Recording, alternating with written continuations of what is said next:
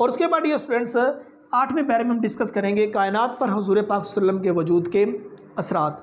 नबी मोहतरम सल्लल्लाहु अलैहि वसल्लम के वजूद मुबारक आप सल्लम का वजूद मुबारक एक आफताब आलम ताब था, मीन्स एक चमकते हुए सूरज की तरह था, जिससे ऊंचे पहाड़, रेतले मैदान, बहती नहरें, सरसब्ज खेत अपनी अपनी सलाहियत और इस्तादाद के मुताबिक ताबश और नूर हासिल करते थे। या अब्र बारह था, अब्र बादलों कहते हैं बारह, हमेशा बरसने वाला, जो पहाड़, जंगल, मैदान और खेत, रेगिस्तान और बाग हर जगह बरसता था। हर टुकड़ा अपनी अपनी इस्तादात मीन्स अपनी अपनी सलाहियत के मुताबिक सैराब हो रहा था। किस्म किस्म के दरख्त और रंगारंग फूल और पत्ते जम रहे थे और उग रहे थे।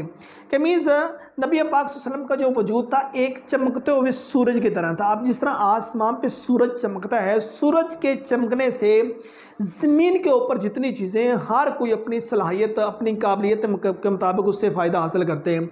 इंसानों को जहाँ धूप चाहिए होती है वो उससे धूप लेते हैं, दरख्तों को जहाँ धूप चाहिए होती है वो उससे धूप लेते हैं, फसलों को जहाँ धूप चाहिए होती है तो अपनी सलाहियत के मुताबिक धूप लेती हैं, जहाँ फलों को धूप चाहिए होती है, सब्जियों को धूप चाहिए होती है, जितनी जानदार यहाँ मतलब कि द्रिंद, चरिंद, परिंद, हवानात, नबातात, जमादात, जिसको जो चीज़ अपनी सलाहियत के मुताबिक चाहिए होती है वो हासिल करते हैं। तो अल्लाह के नबी का जो वजूद है वो एक चमकते हुए सूरज की तरह था।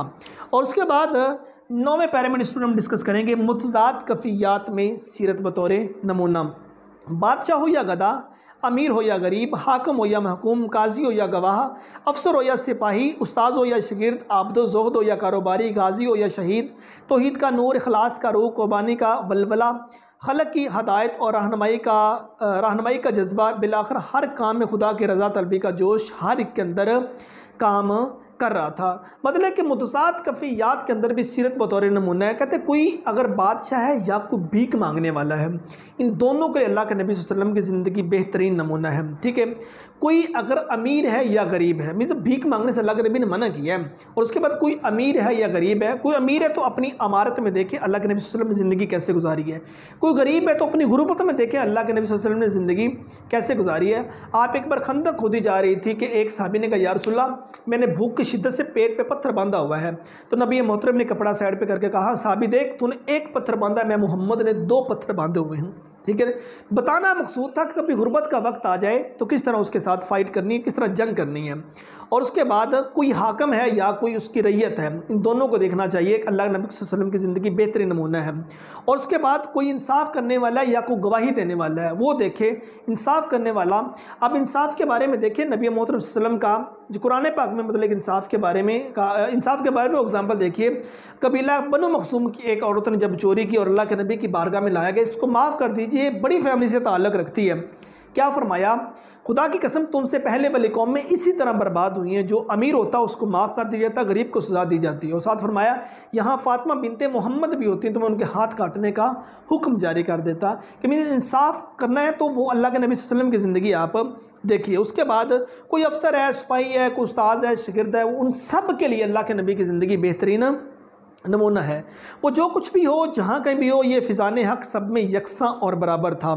रास्तों, रंगों और मजाकों का इख्तलाफ था, मगर खुदा एक था, कुरान एक था, रसूल एक था और किबला एक था। हर रंग, हर रास्ता, हर काम से मकसूद दुनिया की दुरुस्ती, खलक की हमदर्दी, खुदा के नाम की ऊंचाई और हक़ की तरक्की, और इसके सिवा कोई चीज़ भी इनके पेश नज़र ना थी। और आखिरी पैरा दायमी और आलमगीर रहनुमा।